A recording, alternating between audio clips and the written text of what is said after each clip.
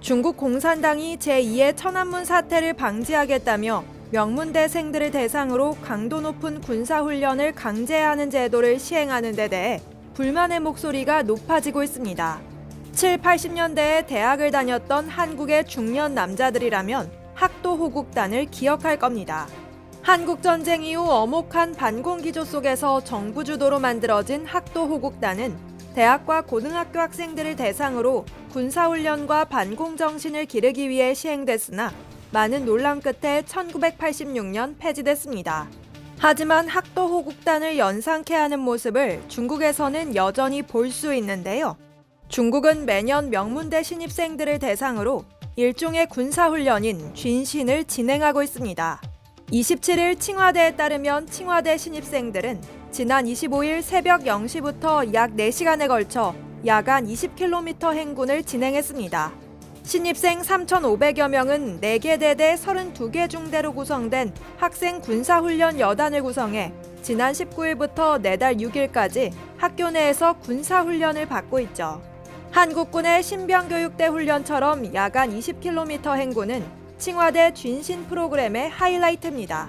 칭화대는 20km 행군의 이모저모를 홍보 영상으로 만들어 온라인에 게시했습니다. 훈련을 준비하는 신입생들의 모습과 이를 통제하는 교관들, 후배들을 응원하기 위해 출동한 학교 밴드와 응원단 등의 모습이 모두 담겼습니다. 중국은 1984년 병역법을 개정, 대학교와 고등학교 신입생의 쥔신을 의무화했습니다. 학생들 대상 군사훈련이다 보니 실상은 유명무실했죠. 그러나 이 제도는 1989년天安門에서 발생한 민주화 시위 천안문 사태를 계기로 적극 장려됐는데요. 천안문 사태 이후 사상교육과 집체화 강화 필요성을 느낀 중국 공산당 정부가 쥔신을 강조하기 시작했고 명문대를 중심으로 앞다퉈 쥔신의 무게를 실기 시작했습니다. 칭화대뿐만 아니라 베이징대와 상하이 교통대의 쥔신 프로그램은 훈련 강도가 높기로 유명합니다. 명문 반열에 오르기를 꿈꾸는 중국의 대학교들은 쥔신에 열성을 다하고 있죠. 코로나19 확산 당시 오프라인 수업을 하지 못하자 일부 대학은 급기야 온라인으로 쥔신을 진행하기도 했는데 당시 중국에선 전쟁도 온라인으로 하라는 비난 여론이 거세게 일기도 했습니다. 쥔신 프로그램은 학교별로 다소 다르지만 대부분 실제 군사훈련을 방불케 합니다. 한국의 민방위 교육과 비슷한 전시체계 교육이나 방역 구급법 등이 기본이며 실탄 사격은 물론 개인 전술 훈련도 포함됩니다.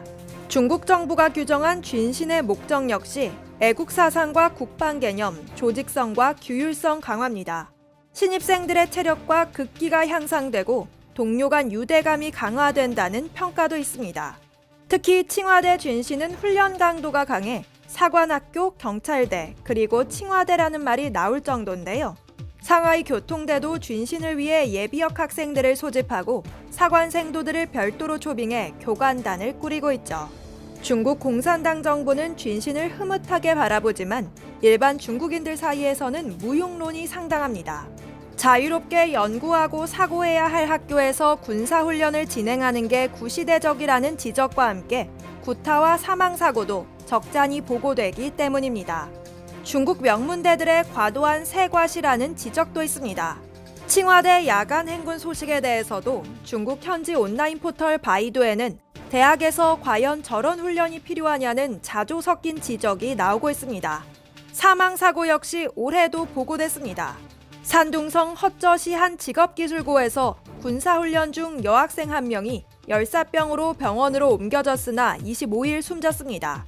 2020년엔 장수성 쉬저우의대 신입 남학생이 아침 훈련 준비 중 돌연사했고 2016년엔 운남공과대 신입 남학생이 역시 쥔신 훈련 중 기절해 심폐소생도 중 숨졌습니다. 폭력 사건과 과도한 체벌 논란도 끊이지 않고 있습니다. 2022년엔 후난대 쥔신 중 교관이 쪼그려 앉은 학생을 주먹으로 때리고 발로 차 논란이 일었고 2014년엔 후난성 룽사년 한 고교에서 신입생 40명과 교관이 난투를 벌이기도 했습니다. 드론이 하늘을 날아다니고 인공지능이 산업을 지배하는 요즘 시대에 한국에서는 아주 오래된 역사로 남은 학생 군사훈련을 국민교육의 일환으로 써먹는 중국은 역사를 거꾸로 가고 있습니다. 이상 여의도튜브였습니다.